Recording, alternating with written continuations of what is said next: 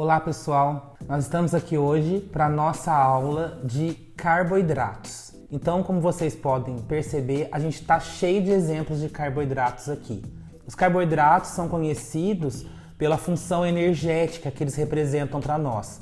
Não só para nós, seres humanos, mas também para as plantas. Então, para os seres vivos, de modo geral, os carboidratos são muito importantes. Quando a gente fala de carboidrato, a gente tem que pensar, carboidrato.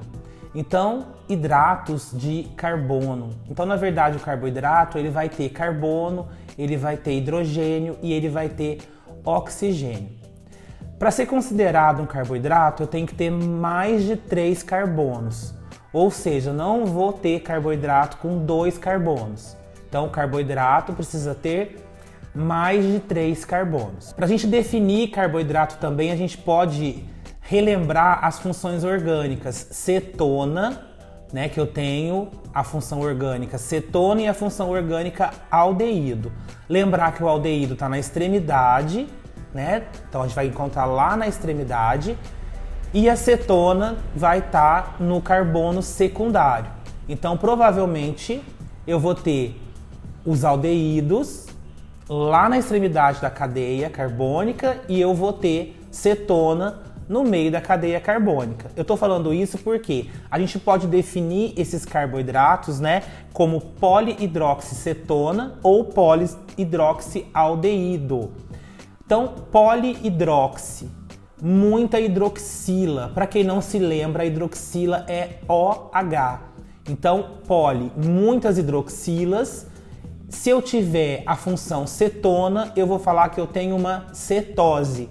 Polihidroxialdeído. Se eu tenho um aldeído, eu vou falar que eu tenho uma aldose. Então a definição de carboidrato seria isso. São polihidroxicetonas ou polihidroxialdeídos, aldoses ou cetoses que possuem mais de 3 carbonos. Então lembrando, carbono, hidrogênio e oxigênio.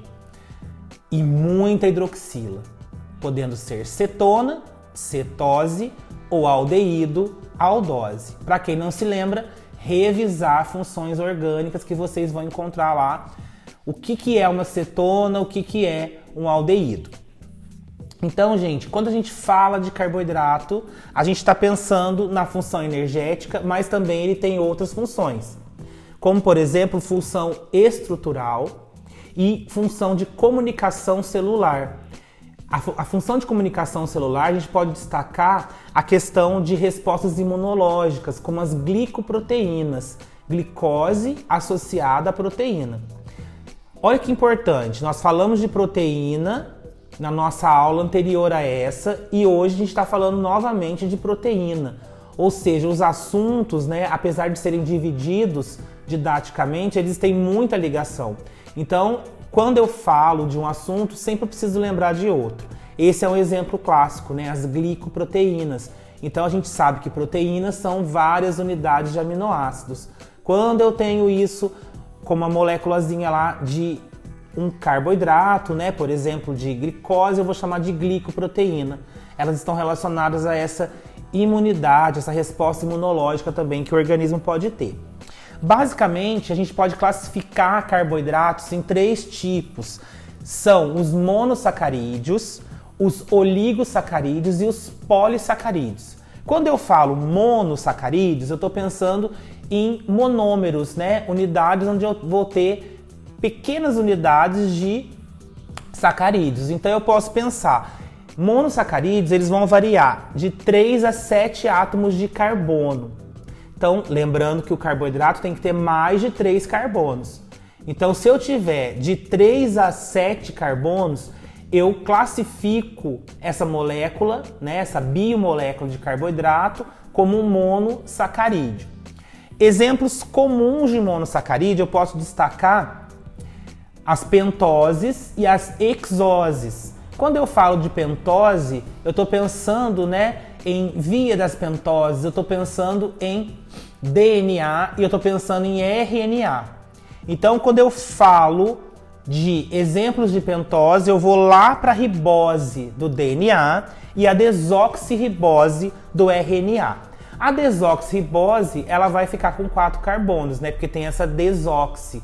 Mas a gente vai considerar isso, né, dentro também de monossacarídeos, porque no caso vão ter 4 carbonos, mas eu posso dizer que está entre 3 e 7, então são exemplos de monossacarídeos. Ribose e a desoxirribose. Ribose RNA, desoxirribose DNA.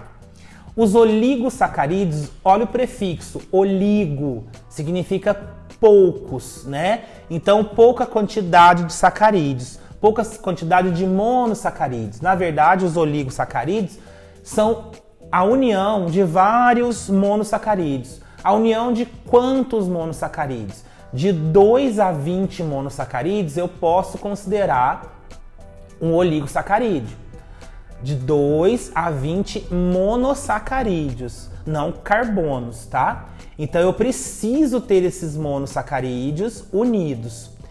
A gente pode pensar ainda em monossacarídeo para dar exemplo das hexoses. As hexoses a gente pode destacar a frutose, a galactose e a glicose, que é muito importante no metabolismo celular. Isso é monossacarídeo. Quando eu falo de oligosacarídeo, eu vou falar da união desses monossacarídeos. Então, por exemplo, quando eu tenho glicose e frutose, eu vou formar sacarose, que é esse açúcar comum que nós temos em casa. Quando eu tiver molécula de glicose e galactose, eu vou ter a lactose, que é esse açúcar do leite, tá? E quando eu tiver glicose mais glicose, eu vou ter a maltose, que eu encontro na cerveja, que eu encontro nos cereais. Então, oligosacarídeo, união de monossacarídeos. Os monossacarídeos têm de 3 a 7 átomos, os oligos têm de 2 a 20 monossacarídeos em ligações, né, que estão unidos. E nós temos também a classe dos polissacarídeos. Poli significa muitos, né? Então são muitos monossacarídeos unidos. Muito quanto? Acima de 20. Então quando tiver mais de 20 monossacarídeos unidos, né, por ligações químicas, eu tenho o que eu chamo de polissacarídeos. Polissacarídeos são muito importantes também para o nosso corpo e para o nosso dia a dia e também para as plantas, para outros animais. Então vamos pensar em alguns exemplos de polissacarídeos. Eu destaquei para vocês o ácido hialurônico, que é para adesão entre as células, tá? Esse ácido hialurônico é muito utilizado também na área de cosmética, né? Para cremes anti-envelhecimento. Então, esse ácido hialurônico, nós possuímos isso no nosso organismo e ele ajuda na regeneração celular também. A heparina, que é um anticoagulante, também é um exemplo clássico, né, de polissacarídeo. Nós temos quitina. Quitina, na verdade, é um polissacarídeo presente, né, no exoesqueleto dos artrópodes, como, por exemplo, a barata, né? A barata, ela vai ter esse exoesqueleto, que nós chamamos assim, formado por um polissacarídeo, que é conhecido como quitina. Além da quitina nos artrópodes, nesse exoesqueleto, eu também vou encontrar quitina na parede celular de fungos.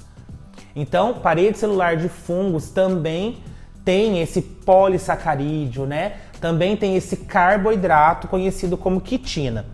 A gente também vai ter polissacarídeo na forma de celulose, na parede celular das plantas. Então, a celulose também é um exemplo de polissacarídeo presente na parede celular das plantas. Temos o amido, que também é um exemplo de polissacarídeo, e o amido é interessante por quê? Porque ele é a reserva energética das plantas. Então as plantas fazem a reserva de energia pelo amido. E nós, né, os animais de modo geral, vão ter essa reserva também de açúcar, né? Vamos pensar assim, essa reserva de carboidrato sob a forma de glicogênio, né? Então, glicogênio é essa reserva energética dos animais. Amido para as plantas, glicogênio para os animais. E um outro exemplo de polissacarídeo seria a pectina. A pectina é utilizada, né, para espessante em geleias, em iogurtes,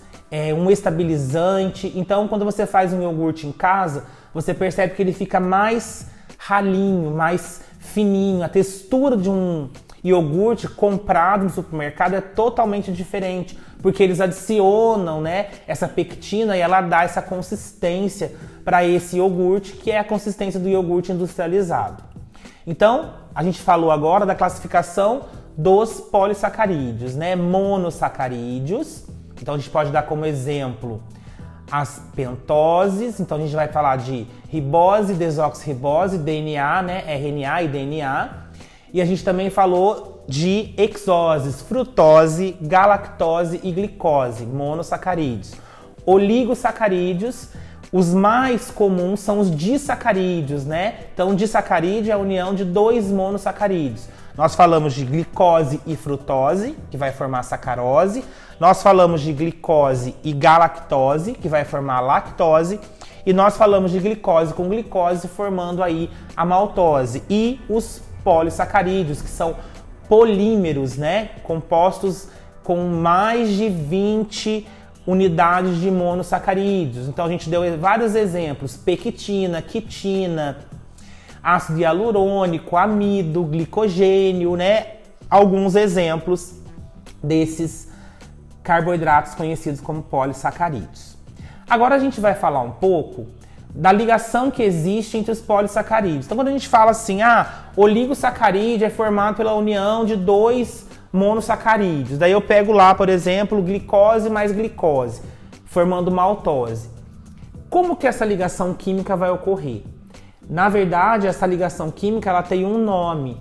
Ela é chamada de ligação glicosídica. Bom, como que esses monossacarídeos eles são ligados? A gente lembra que proteína era a união de aminoácidos e eram ligados pela ligação peptídica. No carboidrato a gente tem a ligação que a gente chama de ligação glicosídica. Então, por exemplo, eu tenho lá um oligosacarídeo maltose, glicose mais glicose. Então eu vou ter uma ligação glicosídica. Essa ligação glicosídica também vai ser uma reação de desidratação. Nós vamos ter aí a perda de uma molécula de água.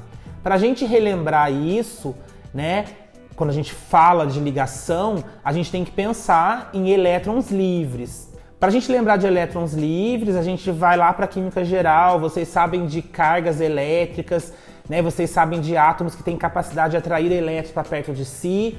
E quando a gente tem uma molécula de glicose, a gente vai pensar, quando eu vou unir as duas moléculas, eu vou precisar retirar uma molécula de água. Então eu tiro um OH de um composto e um hidrogênio de outro composto. Então H mais um OH vai formar água. E daí essa água sai da minha ligação e eu consigo fazer a união dos dois monossacarídeos, tá? Não podemos esquecer de relembrar conceitos importantes, né? Carbono anomérico, que é o carbono quiral, 4 ligantes diferentes. Não podemos esquecer da isomeria, L e D. E vamos falar agora também de beta e alfa, para a gente poder entender muitas vezes que vai aparecer em outros compostos também.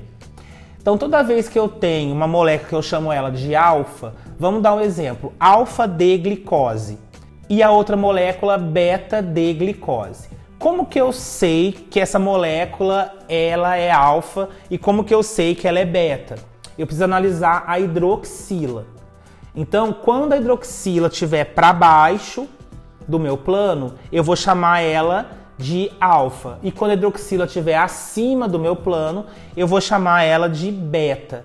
Eu vou colocar para vocês essa figura e vocês vão ver aqui na figura quando ela é alfa e quando ela é beta, tá? Isso é importante a gente guardar porque vão ter outros e daí quando eu falar alfa e beta não vou mostrar mais figura. Então vocês já podem guardar pela figura que o alfa está para baixo e que o beta está para cima.